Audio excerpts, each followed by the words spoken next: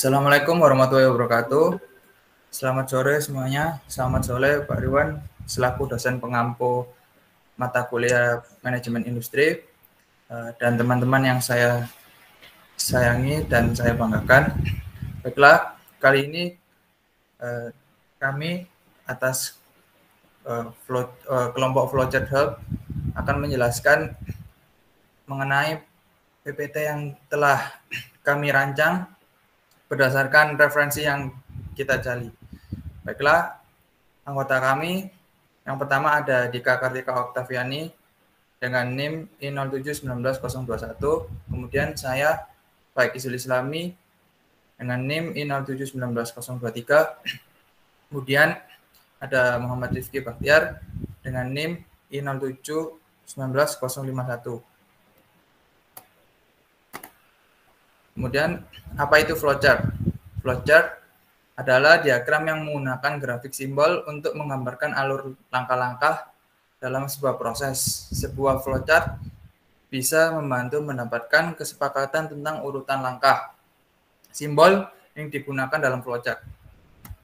Berikut adalah simbol-simbolnya.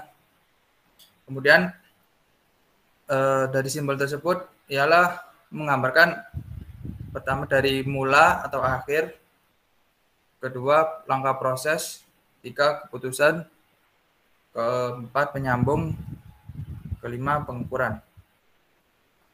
Simbol-simbol yang biasa digunakan dalam flowchart memiliki ciri-ciri khusus, makna, dan dihubungkan oleh panah yang menunjukkan aliran dari satu langkah ke langkah lain. Pertama, oval menunjukkan titik awal dan titik akhir dari langkah-langkah proses. Kedua, kotak mewakili langkah atau aktivitas individu dalam proses. Ketiga, berlian menunjukkan titik keputusan, seperti ya atau tidak, atau pergi atau tidak pergi. Setiap jalur yang muncul dari berlian harus diberi label dengan salah satu dari jawaban yang memungkinkan. Keempat, lingkaran menunjukkan bahwa langkah tertentu terhubung ke halaman lain atau bagian dari flowchart. Sebuah surat yang ditempatkan di dalam lingkaran menjelaskan kelanjutannya. Kelima, segitiga menunjukkan di mana pengukuran dalam proses terjadi. Kemudian manfaat menggunakan flowchart. Pertama, promosikan pemahaman proses. Jadi orang mungkin memiliki ide yang berbeda tentang bagaimana suatu proses bekerja. Flowchart mempromosikan pemahaman dengan cara yang tidak dapat dilakukan oleh prosedur tertulis. Dua, menyediakan alat untuk pelatihan. Karena tampilan flowchart secara visual berupa layout urutan langkah-langkah proses, flowchart bisa sangat membantu dalam melatih karyawan untuk melakukan proses sesuai dengan standar prosedur. Baiklah, selanjutnya dijelaskan oleh Mbak Via. Identifikasi area masalah dan perbaikan peluang. Setelah merinci langkah-langkah proses dan membuat diagramnya, area masalah menjadi lebih terlihat. Sangat mudah untuk menemukan peluang untuk menyederhanakan dan menyempurnakan proses dengan menganalisis poin keputusan, langkah-langkah yang berlebihan, dan loop pengerjaan ulang. Manfaat selanjutnya yaitu menggambarkan hubungan pelanggan pemasok. Flowchart membantu pekerja proses untuk memahami siapa pelanggan mereka dan bagaimana mereka terkadang bertindak sebagai pemasok dan terkadang sebagai pelanggan dalam hubungannya dengan orang lain.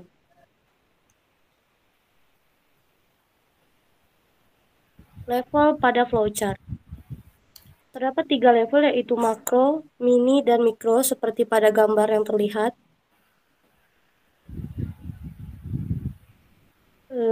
Dengan tampilan pada makro ini secara umum, mini sedikit terlihat berfokus pada bagiannya, dan pada mikro diidentifikasi secara jelas. Next. Pada level makro tadi, seperti yang telah disebutkan bahwa sebuah gambaran besar, sehingga pandangan dari proses mungkin cukup untuk tujuan mereka. Umumnya flowchart tingkat makro memiliki kurang dari 6 langkah. Level mini atau tingkat kecil merupakan flowchart yang berada di antara gambaran besar tingkat makro dan detail halus tingkat mikro. Biasanya itu berfokus hanya pada bagian dari flowchart tingkat makro, level mikro. Orang-orang yang mencoba untuk meningkatkan cara suatu pekerjaan dilakukan membutuhkan detail penggambaran langkah-langkah proses. Tampilan tingkat mikro memberikan tampilan gambar yang sangat rinci dari bagian tertentu dari proses dengan mendokumentasikan setiap tindakan dan keputusan. Level mikro biasanya digunakan untuk memetakan bagaimana tugas tertentu dilakukan.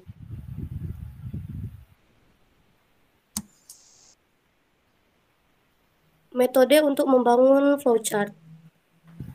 Adapun metodenya yaitu pertama, mengidentifikasi orang yang tepat untuk mengembangkan bagan. Yang kedua, tentukan apa yang diharapkan pembuat dari flowchart. Yang ketiga, identifikasi siapa yang akan menggunakannya dan bagaimana caranya. Keempat, tentukan tingkat detail yang pembuat butuhkan. Kelima, tetapkan batas-batas proses yang akan ditingkatkan. Selanjutnya akan dijelaskan oleh teman saya, Rifki. Silakan Rifki. Ya, kemudian ada kunci sukses flowchart. Yang pertama yaitu mulailah dengan gambaran besar. Kemudian amati proses saat ini. Yang ketiga, rekam langkah-langkah proses. Yang keempat, atur urutan langkahnya. Dan yang terakhir, gambarkan bagan alirannya atau flowchart. Next. Nah, yang kemudian ada jenis-jenis flowchart, yaitu ada flowchart linear. Flowchart linear adalah diagram yang menampilkan urutan langkah kerja yang membentuk suatu proses.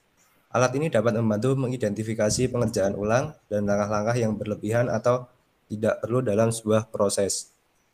Berikut merupakan contoh dari flowchart linear, yaitu memproduksi POD. Ya, yang kemudian ada flowchart penerapan, yaitu menunjukkan alur proses yang sebenarnya dan mengidentifikasi orang atau kelompok yang terlibat pada setiap langkah. Garis horizontal mendefinisikan hubungan pelanggan pemasok. Jenis bagan ini menunjukkan di mana orang atau kelompok masuk ke dalam proses urutan dan bagaimana mereka berhubungan satu sama lain selama proses. Dan berikut ini merupakan contoh flowchart dari penerapan, yaitu memproduksi POD. Dapat terlihat yaitu yang ketiga ada flowchart peluang. Flowchart peluang merupakan variasi dari tipe lain dasar. Adapun yang membedakan aktivitas proses yang menambahkan nilai dari yang hanya menambah biaya. Berikut contoh flowchart peluang memproduksi POD. Sekian presentasi dari kami mengenai flowchart. Kurang lebihnya mohon maaf. Yang selanjutnya mungkin akan dilanjutkan sesi diskusi. Baiklah, mungkin untuk sesi diskusi kali ini bisa dari Mas Rizky atau Mbak Via, mungkin yang mau didiskusikan apa gitu. Oke, mulai dari aku ya. Ya, silakan. Mungkin dari flowchart dari apa namanya di manajemen industri ini hampir sama dengan flowchart pada cara kerja atau pada umumnya, yaitu memiliki sebuah langkah-langkah yang dimulai dari start yang berbentuk oval dan kemudian proses mungkin yang berbentuk kotak dan diakhiri dengan langkah selesai atau end yang berbentuk oval juga. Oke. Terus mungkin dari saya, mungkin kalau dari teman-teman bisa jawab juga. Jadi mungkin pada penjelasan yang tadi yang terakhir, ini jenis-jenis flowchart itu, flowchart kayak penerapan itu kalau dilihat kan ini kayak ada tabel ya. Itu penjelasannya gimana? Mungkin ada tanggapan gitu atau sedikit penjelasan lah dari Mas Rifki atau Mbak Pia. Atau memang kalau dilihat dari sini itu dibedakan ya, maksudnya jenis, misalnya dari prosedur kerja itu dibedakan antara pertama kan dari langkah pertama, ini kayak misalnya menyeleksi input, kemudian di draft, kemudian yang YN ini dijabarkan flowchart-nya menjadi ya langkah-langkah kerja dalam inti lah. Atau gimana? Mungkin ada tanggapan nggak?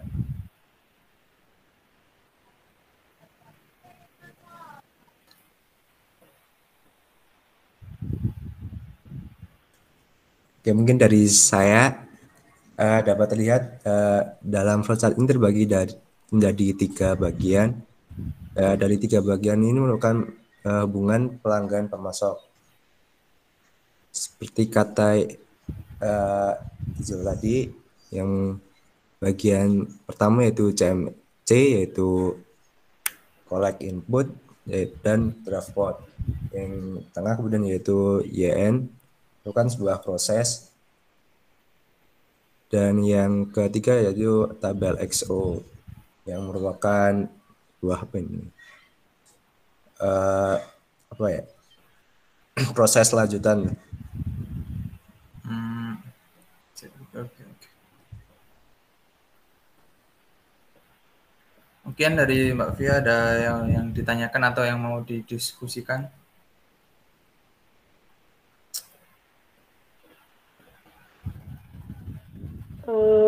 Kalau dari aku, untuk yang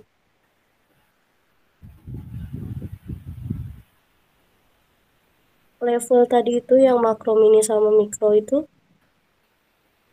klasifikasinya sesuai sama yang jenis-jenis tadi atau bagaimana ya?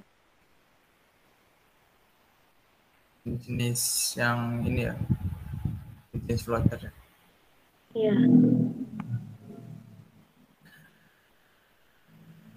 Mungkin kalau yang saya lihat dan saya yang pelajari, dan secara garis besar mungkin kalau yang makro itu bisa kita lihat ini linear ya, dari flowchart-nya itu prosedurnya itu langsung dari awal start, terus kemudian lanjut ke proses kayak apa namanya, proses 1, proses 2, proses 3 langsung selesai, jadi tidak ada pengulangan. Terus kemudian kalau yang ini kan bisa dilihat dari awal proses, kemudian proses kedua, waktu proses ketiga, karena mungkin outputnya fungsinya itu ada antara tidak dan ya, bagaimana berkelanjutan ke proses selanjutnya itu akhirnya kalau yang mini itu dijabarkan menjadi 2. Kemudian kalau yang mikro ini hampir sama seperti mini, tapi ketika pada proses misalnya ini yang mikro digambarkan pada proses kedua ya, itu kayak lebih detailnya itu ada dua pengembangan dari kayak type of row of POD terus sama make correction, itu kan ada pengulangan ya, no dan yes, terus dilanjutkan diedit POD, terus proses yang keempat ternyata itu juga sama tadi, ada pengulangan. Jadi mungkin untuk yang mikro itu lebih detail dalam prosedur penjabarannya. Kalau kayak bedanya mungkin dari mikro sama mini itu penjabaran dari pengulangan prosedurnya itu kalau mini cuma 1, kalau mikro lebih dari 1. Mungkin dari yang saya baca referensi mungkin seperti itu, kurang lebih. Mantap Mas Ijul, sudah cukup jelas. Apa ada yang didiskusikan lagi mungkin Mbak Bia? Menurut saya sudah cukup sih. Mungkin ada tambahan Mas Rifki? Menurut saya juga sudah cukup. Baiklah, kalau saya rasa sudah cukup semua dan dari teman-teman sudah cukup. Mungkin sekian dari kelompok kami. Kurang lebihnya mohon maaf. Assalamualaikum warahmatullahi wabarakatuh.